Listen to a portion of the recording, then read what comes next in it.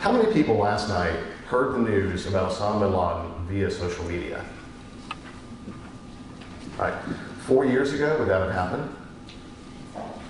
No. Maybe for a few folks.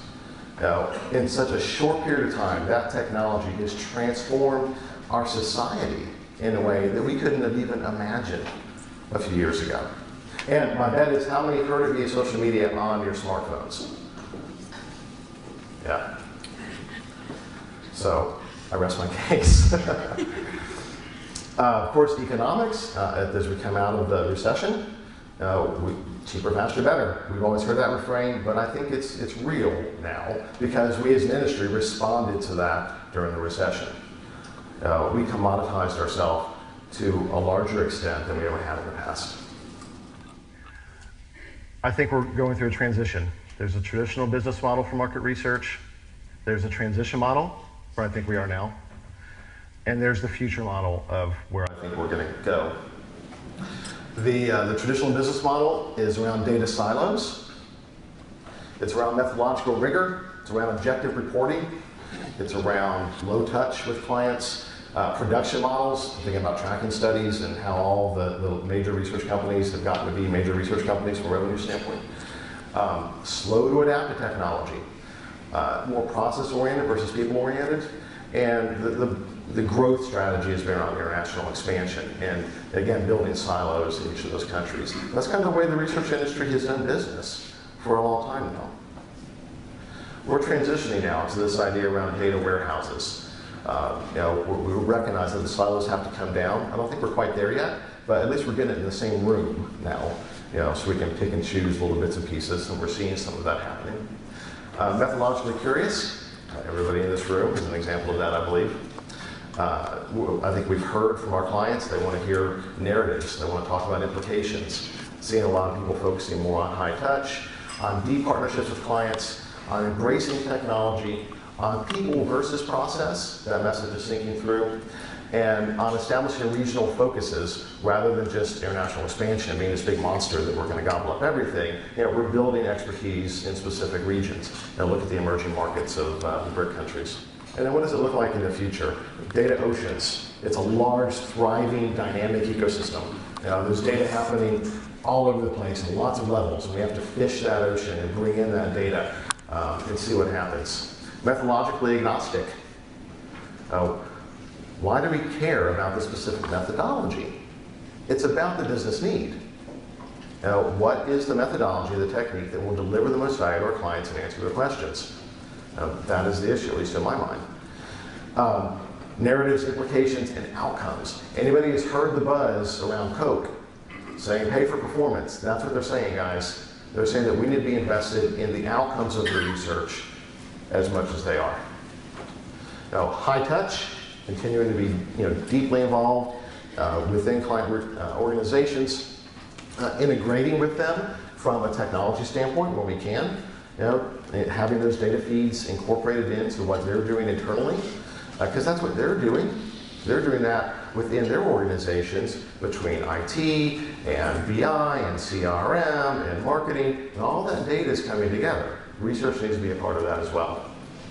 Leading technology, creating technology, not just adapting and adopting technology, doing new things. Who better than the research industry to do that? We understand how to talk to people. We understand how to get information from them. So why are we not creating these technologies ourselves? Become more people-driven.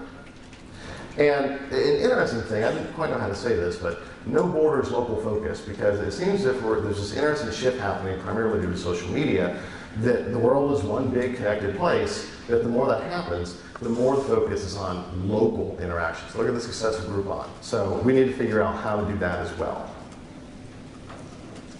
Now, I would be remiss if I didn't mention this. These are the top 50 companies perceived to be innovative. Again, I want to stress that, perceived to be innovative. My bet is that most of these companies are here. Raise your hand if you're with one of these companies.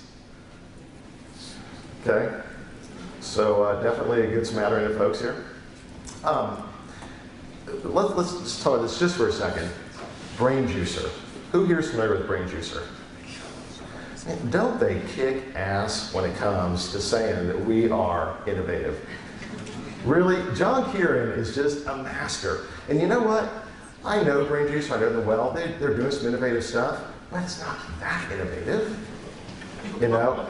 What they're really good at is marketing themselves. And we as an industry suck at marketing ourselves. We really, really do. We are not good at it. Brain Juicer is the exception. You know, and obviously that carries through. You know, even within our own industry, we recognize that. You know? So all John has to do is talk about digivisuals, you know, and we, oh, that's so cool, you know. Brain Juicer is so innovative, and it is. I'm not busting John's chops at all. But the reality is they just position themselves really, really well. So this, to me, speaks about more of the challenge we have as an industry, even within our own walls of marketing ourselves more effectively. So we've heard enough from me. Now, I have three wonderful panelists, so we're going to talk about these issues a little bit more. We have Kristin Luck, the President and Chief Brand Evangelist of Decipher, Kristin Switzer, President of Decipher Research, Editor of New Qual Blog, and Roxana Strohmenger, Analyst of Market Insight Professionals from Forrester. So we have Kristin S and Kristin L. That's how we're both spelled the right way, though. Yes, absolutely. I am the way to go. What do you think are the biggest issues that's impacting the industry as we look at the next 2 to 5 years? Well, I think, this technology is across the board just revolutionizing how we need to approach things. So at first, with technology, it's the fact that we have now a data explosion. We have now more access to data than we could ever have imagined.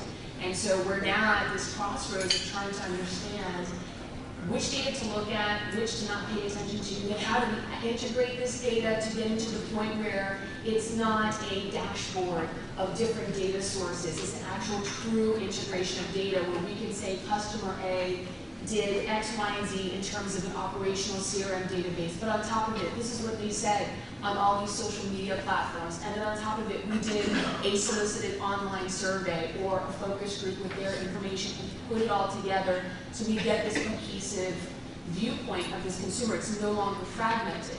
And so we're at this point where everybody's sort of sitting there sort of apprehensive, like, well, how do we do this? What are we going to do? And so we're really sort of seeing how technology is playing the role of getting to that point.